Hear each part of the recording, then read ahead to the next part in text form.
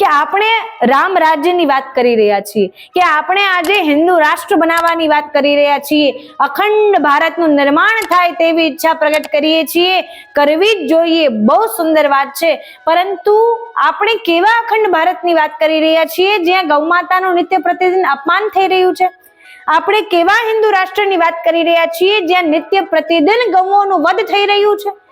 આપણે કેવા રામ રાજ્યની વાત કરી રહ્યા છીએ જ્યાં કોઈ પણ ઘરોમાં ગૌ માતાની સેવા જ નથી થઈ રહી?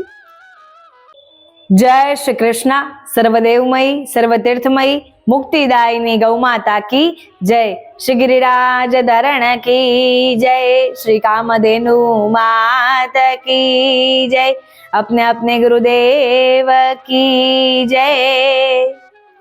सुरूपा बहुरूपाश्च विश्वरूपाश्च मातरः गावो मामुपतिष्ठन्ति मिति नित्यं प्रकीर्तये. सुंदर सुंदर रूपो वाड़ी बहुरूपो वाड़ी गौओ सदैव मारा निकट रहे, हूँ सदैव गौओना निकट रहूं.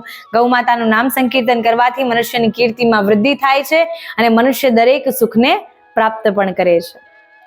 રામનવમીનો શુભ અવસર આવી ગયો છે. આ રામનવમીના દિવસે આપણે શોભાયાત્રાઓમાં જઈશું, ભગવાન શ્રી રામના મંદિરમાં જઈશું, અયોધ્યા જઈને પ્રભુ શ્રી રામના દર્શન કરીશું, પ્રભુ શ્રી રામના જય જયકાર કરીશું અને ભગવાન શ્રી રામને અતિ સ્મરણ પણ કરીશું. બહુ સુંદર વાત છે, કરવું જ જોઈએ. પરંતુ આપણે માત્ર રામનવમીના દિવસે જ ભગવાન શ્રી રામને પ્રસન્ન કરવાનો પ્રયાસ કેમ કરીએ છીએ? કે પ્રભુ શ્રી રામ માત્ર એમનું નામ લેવાથી પ્રસન્ન થાય છે તેવી ભ્રમણા આપણા મનમાં કેમ છે? કે પ્રાચીન સમયથી આપણે જોતા આવીએ છીએ કે ભગવાન શ્રી રામના જીવનના ડગ પર પગ પર ગૌ માતાની બહુ સુંદર ભૂમિકા રહી છે, કે ગૌ માતાનું યોગદાન બહુ સુંદર રહ્યું છે. તો પ્રભુ શ્રી રામને પ્રસન્ન કરવા માટે આપણે ગૌ માતાની સેવા કેમ કરી રહ્યા નથી? મારા તો મનમાં એ જ પ્રશ્ન છે કે યદિ ગૌ માતાની સેવા કરવાથી ભગવાન શ્રી રામ પ્રસન્ન થઈ શકે છે તો આપણે ગૌ માતાની સેવાથી કેમ વંચિત રહી રહ્યા છીએ? આપણા પ્રાચીન સમયમાં જેટલા પણ આપણા ઋષિ મુનિઓ છે, સંત મહર્ષિઓ છે, એ બધાની દિનચર્યાનો પ્રારંભ જ ગૌ માતાથી થતું હતું અને એ બધાની જીવનચર્યામાં ગૌ માતાનું સ્થાન એ પ્રધાન હતું. મહાભારતના અનુશાસન પર્વમાં વર્ણન છે, ગાવો યજ્ઞસ્ય હિ ફલમ ગોષુ યજ્ઞાહ પ્રતિષ્ઠિતાઃ, કે ગૌ માતામાં જ યજ્ઞોનું ફળ રહેલું છે અને ગૌ માતા જ યજ્ઞોની પ્રતિષ્ઠા છે. ગૌ માતામાં જ યજ્ઞોની પ્રતિષ્ઠા બિરાજમાન હોય છે. અને આપણે આજે જેટલા પણ કોઈ પણ પ્રકારના હવન યજ્ઞ કરી રહ્યા છીએ તો એ હવન યજ્ઞમાં ગૌ સેવાનો પણ સંકલ્પ ધારણ કરીએ, કેમ કે હવન યજ્ઞ એ ગૌ માતા વગર પૂર્ણ થઈ શકતા નથી. એક તરફ બ્રાહ્મણોથી આપણને વેદોક્ત મંત્રોચ્ચાર મળે છે તો બીજી તરફ ગૌ માતાથી આપણને હવિષ્યની પ્રાપ્તિ થાય છે.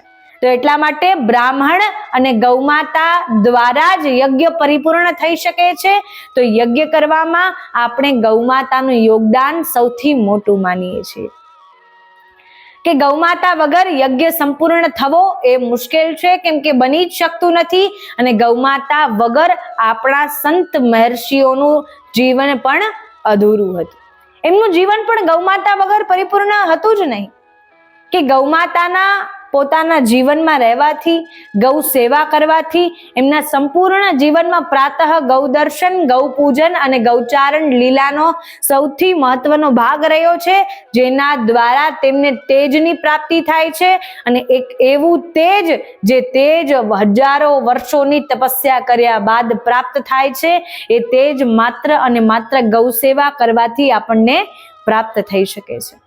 કે આપણે રામ રાજ્યની વાત કરી રહ્યા છીએ, કે આપણે આજે હિન્દુ રાષ્ટ્ર બનાવવાની વાત કરી રહ્યા છીએ, અખંડ ભારતનું નિર્માણ થાય તેવી ઈચ્છા પ્રગટ કરીએ છીએ, કરવી જ જોઈએ, બહુ સુંદર વાત છે.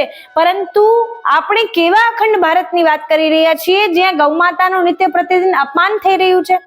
આપણે કેવા હિન્દુ રાષ્ટ્રની વાત કરી રહ્યા છીએ જ્યાં નિત્ય પ્રતિદિન ગૌઓનું વધ થઈ રહ્યું છે? આપણે કેવા રામ રાજ્યની વાત કરી રહ્યા છીએ જ્યાં કોઈ પણ ઘરોમાં ગૌ માતાની સેવા જ નથી થઈ રહી? પ્રાચીન સમયમાં ત્રેતા યુગનું જે રામ રાજ્ય હતું તે આપણને સૂચવે છે કે ઘરે ઘરે ગૌમાતાની સેવા થતી હતી.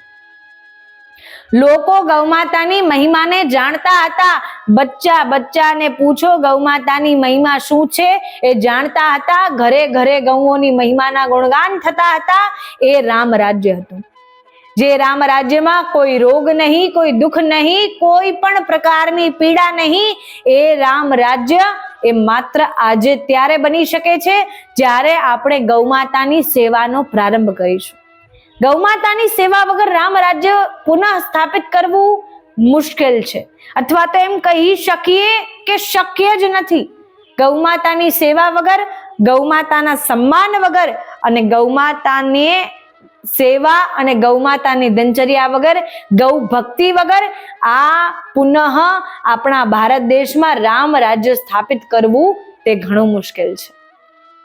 આપણે રામ રાજ્યની વાતો તો કરી રહ્યા છીએ, પરંતુ રામ રાજ્યને સ્થાપિત કરવા માટે આપણા કેટલા પ્રયાસો છે આપણે એ જોઈ રહ્યા છીએ કે રામ રાજ્યને સ્થાપિત કરવામાં આપણું કેટલું યોગદાન છે તે આપણે જોઈ રહ્યા છીએ. ભગવાન શ્રી રામને પ્રસન્ન કરવાની ઈચ્છા તો રાખીએ છીએ, પરંતુ ભગવાન શ્રી રામ ગૌમાતાની સેવાથી પ્રસન્ન થશે તે જાણતા અજાણતા પણ આપણે જાણવાનો પ્રયાસ કરી શકતા નથી, કેમ કે આપણે જાણવાની ઈચ્છા જ રાખતા નથી, જાણવાની જિજ્ઞાસા જ રાખતા નથી. જિજ્ઞાસુ ભક્ત પર સદૈવ પ્રભુ કૃપા કરે છે. જેના પર જિજ્ઞાસા છે ગૌમાતાની સેવા કરવાની, ગૌ મહિમા જાણવાની, ગૌ પ્રવચન જાણવાની, જેનામાં જિજ્ઞાસા છે પ્રભુ તેના પર જ પ્રસન્ન થઈને કૃપા કરે છે. ભગવાન શ્રી રામ પોતાના જીવનમાં ગૌમાતાને પ્રધાન માને છે. ભગવાન શ્રી રામના જીવનની દરેક લીલાઓને આપણે જોઈએ તો ગૌમાતાનું સન્માન આપણને જોવા મળે છે. અને ત્યાં સુધી તો ભગવાન શ્રી રામની દિનચર્યાનો પ્રારંભ જ ગૌમાતાના નામ સ્મરણથી થતું હતું કે નિત્ય પ્રતિદિન ગૌમાતા, માતા પિતા, ગુરુ અને ભગવાનના સ્મરણથી જ ભગવાન શ્રી રામની દિનચર્યા પ્રારંભ થતી હતી. માતા સીતાની જીવનની દિનચર્યા ગૌમાતાનું પૂજન અને પ્રાતઃ ગૌ દર્શનથી જ પ્રારંભ થતી. આપણને રામાયણમાં રામચરિતમાનસના ઘણા પ્રસંગોમાં જોવા મળે છે કે જ્યારે બાળપણમાં બાલક શ્રી રામ જ્યારે વિચલિત થઈ જતા, જ્યારે રડવા લાગતા, માતા કૌશલ્યાને મનમાં અતિ ચિંતા થતી. અરે મારા બાળકને શું થઈ ગયું, અરે મારા લાલાને શું થઈ ગયું. એ બાલક શ્રી રામને લઈને ઘણીવાર ચાલતા, બેસતા, ઘણીવાર એમને ખિલાવવાનો પ્રયાસ કરતા, એમને રમાડવાનો પ્રયાસ કરતા, પરંતુ બાલક શ્રી રામ રડતા જ રહેતા. ત્યારે માતા કૌશલ્યા ઘીથી તોલીને તુલાદાન કરતી હતી. ત્યારે માતા કૌશલ્યા ગૌમૂત્રથી સ્નાન કરાવતી હતી અને માતા કૌશલ્યાના મનમાં તેવો વિચાર કે ગૌમૂત્રથી સ્નાન કરાવ્યા બાદ હવે મારા બાલક શ્રી રામ પર ક્યારેય કોઈની નજર લાગશે નહીં, ક્યારેય કોઈ દુષ્ટાઓની નજર નહીં લાગે અને મારા બાળકને હવે તંદુરસ્તી બની રહેશે, મારા બાળકને હવે પ્રસન્નતા બની રહેશે. વિચાર કરવા જેવી વાત છે કે જે મર્યાદા પુરુષોત્તમ ભગવાન શ્રી રામ સમસ્ત સૃષ્ટિનું કલ્યાણ કરનારા છે, સમસ્ત સૃષ્ટિની રક્ષા કરનારા છે, એમની રક્ષા ગૌમૂત્રથી સ્નાન કરવા દ્વારા થાય છે એવું એમની માતાનું કહેવું છે, કેવું એમની માતા કૌશલ્યાનું માનવું છે કે માત્ર ગૌમાતાની સેવાથી અને ગૌ રક્ષા દ્વારા જ મારા બાલક શ્રી રામની રક્ષા થઈ શકે છે. તો એવા તો અનેક આપણને પ્રસંગો મળે છે. જ્યારે બાલક શ્રી રામ થોડા મોટા થાય છે ત્યારે પ્રભુ શ્રી રામના વિવાહનો સમય આવે છે. વિવાહના સમયે પણ રાજા જનકની વિનંતી કરવા પણ રાજા દશરથે એક પુત્રના લાભાર્થ, એક પુત્રના કલ્યાણાર્થ 1 લાખ ગૌઓનું દાન કર્યું હતું. અને આ જ પ્રકારે 4 લાખ ગૌઓનું દાન વિવાહ સમયે થયું હતું. બ્રાહ્મણોને વસ્ત્ર અલંકારોથી સુસજ્જિત કર્યા હતા, ગૌદાન કર્યું હતું અને બ્રાહ્મણોને અતિ પ્રસન્નતાની પ્રાપ્તિ થઈ હતી. અને એ જ સમયે રાજા જનકે પણ પોતાની પુત્રીઓના કલ્યાણાર્થ કે કલ્યાણ અર્થે 1 લાખ ગૌઓનું દાન કર્યું હતું. આપણે વિચાર કરવા જેવી વાત છે કે 1 લાખ ગૌઓનું તો દાન કરવામાં આવે છે, તો એ વખતે ગૌઓની સંખ્યા આપણને કેટલા કરોડોમાં જોવા મળે છે, કોટીની સંખ્યા આપણને જોવા મળે છે કે જ્યારે એ રામ રાજ્યમાં આપણને ગૌઓની સેવા થતા જોવા મળતી હતી.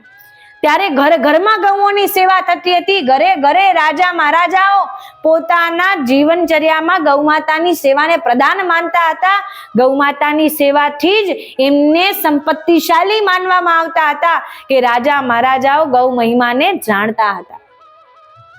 એવા તો એમના જીવનના અનેક પ્રસંગો આપણને જોવા મળે છે. જ્યારે એમના વનવાસનો પ્રસંગ જોવા મળે છે, એક ત્રિજટ નામક બ્રાહ્મણ તેમની પાસે આવે છે, વિનંતી કરવા લાગે છે, પત્નીથી પ્રેરિત થઈને આવે છે, પ્રભુ શ્રી રામ ખૂબ દયાળુ છે, એ આપને ધન પ્રાપ્ત કરવાનો માર્ગ બતાવશે, આપ તેમની પાસે જાઓ. તેમના મનમાં એવો વિચાર, એટલા માટે તેમની પાસે જાય છે અને ત્યારે તે તેમને જઈને પૂછે છે અને તેમને પૂછે છે અને એમની પાસે જઈને તેમની પાસે સ્વર્ણના સિક્કાઓ માંગે છે કે હે પ્રભુ, મારી પાસે ધન કમાવાનો કોઈ સ્ત્રોત નથી, મારે અનેક સંતાનો છે, મારા પર કૃપા કરો અને મને એ 2-3 સિક્કાઓ સ્વર્ણના દાનમાં આપો. અને ત્યારે પ્રભુ શ્રી રામ કહે છે, એમને હાથમાં લાકડી આપતા કહે છે કે આલે આ લાકડી અને તારામાં જેટલી તાકાત હોય એટલી દૂર સુધી આ લાકડીને ફેંકો અને એટલા સ્થળાંતરમાં, એટલા વિસ્તારમાં ગૌમાતા, જેટલી પણ ગૌમાતા હશે એ બધી ગૌમાતાઓ આપને આપવામાં આવશે. ત્રિજટ બ્રાહ્મણ તો ખૂબ પ્રસન્ન થઈ ગયો. અરે, આટલી બધી ગૌમાતાઓ મને આપવામાં આવશે, તેનાથી તો મારું જીવનનું ખૂબ આનંદ થઈ જશે જીવનમાં, કે જીવનની દિનચર્યા ખૂબ સુંદર રીતે જશે અને ગૌમાતાનું દુગ્ધ દોહન કરીને જ્યારે દૂધનું વિતરણ કરીશ, મને અતિ ધનની પ્રાપ્તિ થશે, ધનનો લાભ થશે અને મારા બાળકો અને મારી પત્ની પણ અતિ પ્રસન્ન થઈ જશે, અમે લોકો સુખી થઈ જશું. અને ત્યારે ત્રિજટ બ્રાહ્મણે પોતાની ધોતી કસી અને ખૂબ શક્તિ લગાવતા તાકાત સાથે એ લાકડીને દૂર સુધી ફેંકી અને ત્યારે 1000 ગૌઓના મધ્યમાં એક વૃષભના ચરણોમાં જઈને એ લાકડી પડી. અને કથના અનુસાર ભગવાન શ્રી રામે એ ત્રિજટ બ્રાહ્મણને ભેટી લીધા અને એમને કથના અનુસાર 1000 ગૌમાતા સાથે એક વૃષભ દાનમાં આપ્યા. ભગવાન શ્રી રામ આટલા વિનોદમાં આ પ્રકારે ગૌઓનું દાન કરતા હતા કે એમનું પણ કલ્યાણ થઈ શકે, બ્રાહ્મણનું પણ કલ્યાણ થાય અને ગૌ સેવા પણ નિત્ય પ્રતિદિન થઈ શકે. તેમના મનમાં એવો સુંદર ભાવ હતો. તો આ રામનવમી પર આપણે પણ એવો સંકલ્પ ધારણ કરીએ, યદિ આપણે રામ રાજ્ય સ્થાપિત કરવું છે, યદિ આપણા મનમાં ઈચ્છા છે કે આપણે ગૌમાતાની સેવા કરવાથી પ્રભુ શ્રી રામની કૃપાની પ્રાપ્તિ થઈ શકે, તો કેમ નહીં? યદિ પ્રભુ શ્રી રામ ગૌમાતાના પાછળ ચાલી શકે તો આપણે તેમના ભક્ત થઈને ગૌમાતાના પાછળ કેમ ન ચાલી શકીએ? આગળ રઘુવંશમાં એવા ઘણા રાજાઓ થયા, રાજા દિલીપ, રાજા રઘુ, કે જેમને પોતાના જીવન કાળમાં ગૌમાતાની સેવા કરી, ગૌ રક્ષા કરી અને ગૌ રક્ષા કરવા માટે પોતાના પ્રાણોનો તક બલિદાન કરવો સ્વીકાર કર્યું, કે પોતાના પ્રાણોને તક ન્યોછાવર કરવા માટે તૈયાર થઈ ગયા. અને સૌથી પહેલા ગૌ રક્ષા થવી જોઈએ તેમના મનનો ભાવ એકમાત્ર એ હતો. એટલા માટે આપણે આ રામનવમી પર એ સંકલ્પ ધારણ કરીએ, ગૌમાતાની સેવા કરવાથી જ ભગવાન શ્રી રામની કૃપાની પ્રાપ્તિ થશે અને નિત્ય પ્રતિદિન જેવી ત્રેતા યુગમાં રામ રાજ્યમાં ગૌમાતાની સેવા થતી હતી, ગૌઓ પ્રસન્ન રહેતી હતી, ગૌઓ આનંદમાં રહેતી હતી, તેનું એકમાત્ર કારણ હતું ગૌઓનું માન સન્માન, ગૌઓની સેવા અને ગૌમાતાની ભક્તિ કરવી. તો એવી જ ભક્તિ આજે પણ આપણે પ્રારંભ કરી દઈએ અને નિત્ય પ્રતિદિન આપણે ગૌમાતાની સેવા કરીએ, તનથી, મનથી, ધનથી, આપણાથી જેટલી બને એટલી ગૌમાતાની સેવા કરીએ અને પુનઃ આપણા ભારત દેશમાં રામ રાજ્યને સ્થાપિત કરવાનો પ્રારંભ કરીએ. તો આ જ રીતે ગૌમાતાની સેવા કરતા રહો. ગૌમાતાની સેવા માટે અન્ય ભક્તોને પણ પ્રેરિત કરો. જે કોઈ પણ ભક્ત ગૌ કથા શ્રવણ કરે છે, શ્રવણ કરાવે છે, તે અધિક સહસ્ત્ર ગણા પુણ્યોની પ્રાપ્તિ કરે છે. તો ગૌમાતાની સેવા કરતા રહો. ગૌ સેવા કરવા માત્રથી ભગવાન શ્રી રામની અસીમ કૃપા આપ સૌ પર બની રહે તેવા આશીર્વાદ છે. ગૌમાતા આપ સૌનું કલ્યાણ કરશે. જય શ્રી કૃષ્ણ, જય ગિરિરાજ.